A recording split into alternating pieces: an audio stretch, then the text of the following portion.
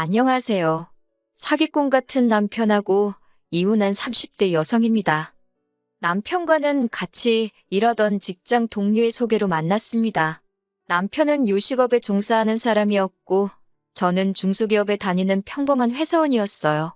조건만 들었을 때는 나이가 같다는 것 말고는 비슷한 구석이 하나도 없어서 별 기대 없이 나갔던 소개팅이었는데 의외로 대화가 잘 통해서 시간이 어떻게 가는지도 모르겠더군요. 이후로 특히나 남편이 적극적으로 대시를 해온 덕에 저희는 금세 연인 사이로 발전했고 결혼 이야기까지 나누게 되었어요. 사귀는 동안 이미 충분히 서로가 어떤 사람인지는 알아왔었고 서로 사랑한다는 확신도 있었기에 결혼 이야기가 나오기 시작한 이후로는 돈 이야기를 많이 했어요. 남편의 월 수입은 한 달에 400 정도였지만 근무 시간이 워낙 길어서 잘 번다고 말하기는 어딘가 부족한 상황이었지요. 게다가 시댁은 두 분이 살고 계신 집 한 채와 나라에서 한 달에 나오는 40만 원의 연금이 전부였던 탓에 남편이 매달 얼마씩 생활비 명목으로 보내드리고 있다대요. 그래도 남편이 그런 와중에 1억이나 모아두었다 해서 결혼을 진행하게 되었습니다. 한편 저희 친정은 서울에서 2시간 거리에 있어요. 그래서 학부 시절에는 고시원에서 살았고 대학 졸업 후 취업을 하면서 월세를 알아보기 시작했네요. 그러자 친정어머니께서 8천만 원을 주시면서 여기에 대출받아서 차라리 아파트를 하나 사라시더군요. 어린 나이에 대출을 받는다는 게 겁이 나긴 했지만 그래도 월세로 생돈 나가는 것보단 낫겠다 싶어서 결국 친정어머니 말씀을 따랐습니다. 그리고 다행히 그렇게 산 아파트가 결혼 당시에는 꽤나 많이 오른 상황이었지요. 비록 저축은 2천 정도로 많이 없었지만 대출을 거의 다 상환한 상황이었고요. 상황이 이렇다 보니 남편이나 저나 굳이 양가에 손 벌리지 않고도 결혼 준비를 해나갈 수 있었습니다. 정말이지 모든 것이 제 생각보다도 쉽게 흘러가더라고요. 하지만 식을 올리고 얼마 지나지 않아 아버님과 어머님 사이가 굉장히 좋지 못하다는 사실을 알게 되었습니다. 제 앞에서는 티를 낸 적이 없으셨지만 시이모께서 귀뜸을 해주셨어요. 남편은 위로 3살 많은 신우가 있는데 신우는 이미 시집을 간 상황이었고 당신 아들인 제 남편까지 장가를 보내면 당장이라도 아버님과 황혼이혼을 하시겠다며 주변에 그렇게 말씀하고 다니셨다대요. 하지만 어머님의 원대한 계획은 결국 이루어지지 못했습니다. 제가 시집 온 지 2달이 채 되지 않았던 한여름의 어느 날 새벽이었어요. 남편은 샤워를 하고 있었는데 거실에서 남편 핸드폰이 울리더라고요. 평소라면 저나 남편이나 둘 다 서로의 핸드폰은 울리던지 말던지 손을 대지 않는데요. 그날따라 그 벨소리가 왠지 심상치 않게 들리더군요. 밤 11시에 걸려온 전화였으니 혹시 어머님 아버님에게 무슨 일이라도 있는가 싶기도 했고요. 그렇게 받은 전화는 신우에게서 걸려온 것이었는데 신우가 침통한 목소리로 어머님이 지금 대학병원에 있다며 저희더러 빨리 내려오라 했습니다. 하지만 저희가 도착했을 땐 이미 어머님은 눈을 감으신 이후였어요. 급성 뇌출혈이었네요. 이후로 아버님은 혼자가 되셨습니다. 친정어머니께서는 혼자가 된 사돈인 아버님을 염려하셨지만 그보다는 물론 저를 더 걱정하셨어요. 저더러 고생이 많겠다며 일을 어쩌냐고 안절부절을 못하셨는데 그때만 해도 저는 어머니가 왜 그러시는지 이해를 하지 못했지요. 하지만 어머님이 돌아가시고 장례도 마치고 한 달 정도 지났을까요? 그때부터 슬슬 친정어머니가 뭘 그리 걱정하셨던 건지 조금씩 감이 오기 시작하대요. 어머님 장례도 끝나고 어느 정도 상황이 정리가 돼가던 무렵 신우에게서 연락이 왔습니다. 신우는 제가 묻지도 않았는데 먼저 자기가 얼마나 힘든 시집살이를 하고 있는지 자기 이야기를 늘어놓기 시작하더군요. 받은 거 없이 빈몸으로 시집을 갔더니 시집 식구들 눈치가 보여서 친정에 신경을 쓸래도 쓸 수가 없다면서 저더러 같은 여자이고 며느리니 자기가 무슨 말을 하는지 알지 않냐고 그러면서 제가 자기 입장을 당연히 이해한다는 식으로 몰고 가더니 그래서 말인데 자기는 자기 시댁에 잘할 테니까 저더러 자기 아버지 그러니까 아버님께 신경 좀 써달라 하더라고요. 듣다 못한 제가 잘해달라는 게 무슨 말씀이시냐고 단도직입적으로 물으니 한다는 말이 뭐 자주 들여다보고 말동무도 해드리고 그러면 좋겠다고요. 신혼의 집은 아버님 댁에서 차로 40분 거리이고 저희 집은 30분 거리입니다. 방향만 반대일 뿐 시간으로 따지면 그 집이나 독인객이지요. 그런데 신우는 임신 준비랍시고 일도 안 하고 전업주부로 살던 반면 저는 직장을 다니고 있었어요. 그러면 상식적으로 누가 혼자 되신 아버님을 들여다보는 게 맞는 걸까요? 하지만 아버님 혼자 되신 지 얼마나 되었다고 딸하고 며느리하고 이런 이야기를 한다는 게 제가 생각해도 너무한다 싶어서 그냥 신우는 내키는 대로 떠들게 두고 별말은 안 했습니다. 주말이나 이따금씩 시간 날 때 한 번씩 들려서 며느리인 내 할도리만 하면 되는 거라고 그렇게 생각하고 말았지요. 그리고 실제로 이후로 한 달에 2번 정도는 아버님 댁을 찾았고 그럴 때마다 빈손으로 가는 일은 없었습니다. 반찬이며 국이며 한 이틀 잡고 열심히 만들어서 가져다 놓고 아버님 모시고 인근으로 드라이브도 나가고 했지요. 친구분들하고 한 번씩 맛있는 것도 사드시라고 용돈도 20만 원 챙겨드리고 솔직히 저희가 애가 없었으니 아주 빡빡한 살림살이는 아니었거든요. 그래서 좀 더 여유 있게 신경 써드릴 수 있었어요. 그렇다고 생색을 내자는 건 아니었지만 저희도 저희 딴에는 최선을 다한 거지요. 그런데 호의가 계속되면 호구인 줄 안다, 권리인 줄 안다. 정말 사람들이 그렇게 생각하겠냐 싶었는데 정말 그렇게 생각하더라고요. 처음엔 그런 저희 마음 씀씀이에 고마워하던 남편도 언젠가부터는 고맙다는 말 대신 이번엔 이것밖에 없냐는 식으로 말을 하더라니까요. 한 번은 제가 밑반찬을 4가지 정도 만들고 국은 2가지 종류를 끓였는데 남편이 보더니 이거 가지고 며칠이나 드시겠냐면서 요새 드라마 많이 보더니 그 시간에 하나 정도는 더 할 수 있지 않았겠냐입니다. 그 소리를 듣는데 순간 말 그대로 짜증이 나더라고요. 드라마를 보든 잠을 자든 내 마음이고 반찬을 하는 것도 내 마음인데 그렇게 내가 뭐 하는지 감시하고 있을 시간에 당신이 반찬 하나라도 더하지 그랬냐고 쏘아붙여버렸습니다. 그랬더니 남편이 그제서야 한다는 소리가 자기는 농담한 거라는데 농담이나 마나 얼마나 재수가 없던지요. 그러다 아버님의 생신이 돌아왔습니다. 그런데 생신을 일주일 앞둔 시점까지도 남편도 그렇고 신우도 그렇고 가타부타 어떻게 하자는 말이 없더라고요. 꼭 저 혼자서만 어떻게 해야 할지 고민을 하는 기분이었어요. 그래도 어머님이 돌아가신 이후로 처음 맞는 아버님 생신이기도 했고 어머님이 살아계셨다면 미역국에 뭐 이것저것 챙겨드리지 않았을까 싶어서 신우에게 아버님 댁으로 오라 했습니다. 거기서 제가 미역국도 끓이고 불고기도 하고 기본적인 생일상은 차렸네요. 그런데 해놓고도 기분이 좋지는 않았습니다. 솔직히 제가 생색내고 싶어서 한 건 아니었지만 누구 하나 수고했다, 고생했다 하는 사람이 없더라고요. 마치 당연히 제 일이었다는 듯 아버님은 심지어 당신은 소고기 미역국보다 홍합 미역국을 더 좋아한다면서 몇 수저 들지도 않으시대요. 아니 누가 저한테 아버님 홍합 미역국 좋아한다고 알려준 사람이 있기란가. 그렇다고 제가 무슨 사전 조사라도 했어야 하는 건지 허탈하고 허무하더라니까요. 그래서 이후로는 솔직히 그간 반찬이고 뭐고 아버님 댁에 해가던 것들을 서서히 줄였습니다. 그 무렵 직장에서 승진을 하면서 일이 많아지기도 했고요. 다른 사람들이 어떻게 생각할지 모르겠지만 어찌됐건 저한테는 제 일과 가정이 먼저였지 아버님을 챙겨드리는 건 어디까지나 제 호의로 하는 일이었으니까요. 그렇게 한 달쯤 지났을 무렵 또다시 신우에게서 연락이 왔습니다.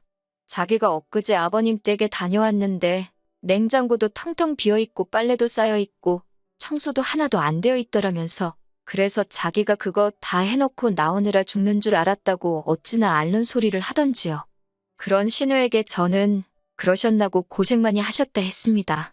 그랬더니 신우가 한다는 말이 자기가 제 할 일을 대신 해준 거라는데 황당하더라고요. 제가 신우더러 그게 왜 제 할 일이냐 하니까 신우가 그럼 시아버지를 며느리가 챙기지 누가 챙기냐고 그래요. 어찌나 뻔뻔하게 말하는지 순간 신우가 머리에 총 맞았나 그런 생각이 들더라니까요. 결국 신우더러 아버님이 저하고 피 한 방울이 섞이길 하셨냐, 아버님이 저를 키우기를 하셨냐, 아버님 은혜를 입은 언니든 아니면 제 남편이든 2사람이 챙겨야지. 어디 가서 그런 말씀 하지 마시라고 남들이 이상하게 본다고 쏘아붙였어요. 이후로 신우도 빈정이 많이 상했는지 저에게 아버님 일로 연락을 해오는 횟수가 부쩍 줄었습니다. 솔직히 처음엔 어찌됐건 신우랑 사이가 틀어졌으니 마음이 편치는 않더라고요. 하지만 그것도 이내 있게 된 게 신우랑 틀어지고 아버님 일도 덜 신경 쓰기 시작하니까 제 시간도 많아지고 그래서 굳이 상황을 나아지게 하려는 어떤 노력 같은 걸 안 했습니다. 긁어부스럼이란 말도 있잖아요. 그러다 남편을 통해 신우의 소식을 듣게 되었는데 신우가 취직을 했답니다. 신우 집 근처에 있는 마트에서 일을 하게 되었다고요. 전업주부 생활을 즐기는 줄 알았더니 어쩐 일로 일을 다 하나 싶었지만 굳이 묻지는 않았어요. 어쨌든 잘 됐네 하는데 남편이 하는 말이 가관이 돼요. 남편이 이제 신우도 일을 하니까 아버님 돌보는 일은 제가 신경을 많이 써줘야 할 것 같답니다. 제가 남편더러 어이가 없다고 나는 결혼할 때부터 지금까지 한 번도 일을 쉰 적이 없는데 왜 신우가 일자리를 구했다고 아버님 챙기는 일이 내가 할 일이 되는 거냐며 물었습니다. 그러자 남편이 그러면 어쩌냐고 오히려 저에게 반문을 해요. 짜증이 나서 당신이랑 신우랑 둘이 머리를 맞대고 상의해보라고 나한테 떠넘길 생각하지 말라고 쏘아붙였어요. 하지만 제가 말은 그렇게 했지만 아예 아버님을 모른 척 할 수는 없잖아요. 그럴 생각도 없었고요.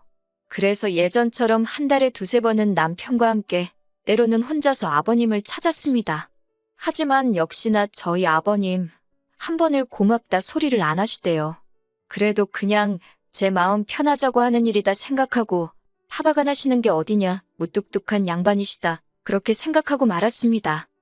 그러다 작년 여름에서 가을로 넘어가던 무렵부터 아버님이 툭하면 심심하다 외롭다 소리를 하시더라고요. 특히 혼자 식사하는 게 너무 싫으시다며 걸핏하며 저와 남편더러 아버님 댁에 들려 저녁을 같이 먹고 가라 하시는 거예요. 처음에는 몇 번 맞춰드리다가 빈도수가 일주일에 두세 번으로 잦아지면서는 도저히 안 되겠다 싶어서 저는 못 가고 남편만 가고 아니면 둘 다 못 가고 그랬습니다. 그랬더니 이건 뭐 단식투쟁도 아니고 그냥 식사를 안 하겠다고 하시는데 솔직히 저는 그런 아버님의 협박이 귀엽고 동시에 귀찮다고 느꼈을 뿐 그다지 심각하게 와닿지는 않더라고요. 하지만 아무래도 남편은 자식이니 달랐던 모양이에요. 별 걱정 없는 저를 향해서 시부모도 부모라며 장인어른이 그러셨어도 이렇게 천하태평일 수 있냐는 둥 저러다 아버님 쓰러지시면 제가 책임질 거냐는 둥 걱정을 사서 하더라고요. 그러더니 급기야 하루는 자기가 아무리 생각해봐도 달리 떠오르는 방법이 없다면서 아버님을 모시고 살잡니다. 지금 아버님이 사시는 집은 팔고 올라오시게 해야겠대요. 황당해서 지금 사는 집이 내 집인 건 알고 있냐. 그런데 그렇게 멋대로 결정을 하는 게 어딨냐. 안 된다 했습니다. 그랬더니 자기도 저랑 결혼할 때 빈손으로 온 거 아니라면서 무조건 모셔야겠다고 맞서더라고요. 남편이 1억을 들고 온 건 사실입니다. 하지만 그 1억 중 5천만 원이 남편이 몰고 다니는 차를 사는데 들어갔고 나머지 5천도 가정가구와 같은 혼수에 쓰였어요. 가정가구도 순전히 남편의 고집과 취향이 반영되다 보니 가격대가 올라갔을 뿐이고요. 그리고 저희가 살고 있는 아파트는 6억짜리였고 세금도 제 명의라는 이유로 오롯이 저 혼자 감당하기로 한 상황이었습니다. 그런데 갑자기 아버님을 모시고 오겠다니 저로서는 황당하기 짝이 없었지요. 저는 절대로 못 모시고 산다고 고집을 꺾지 않았습니다. 그랬더니 남편이 안 되겠다 싶었는지 저를 무슨 애 다루듯 슬슬 구슬르기 시작하대요. 아버님이 집 팔고 나면 그 돈이 다 누구 차지가 되겠냐. 효도한 자식 몫이 되는 거다. 그러니 우리가 모셔야 한다나 어쩐다나.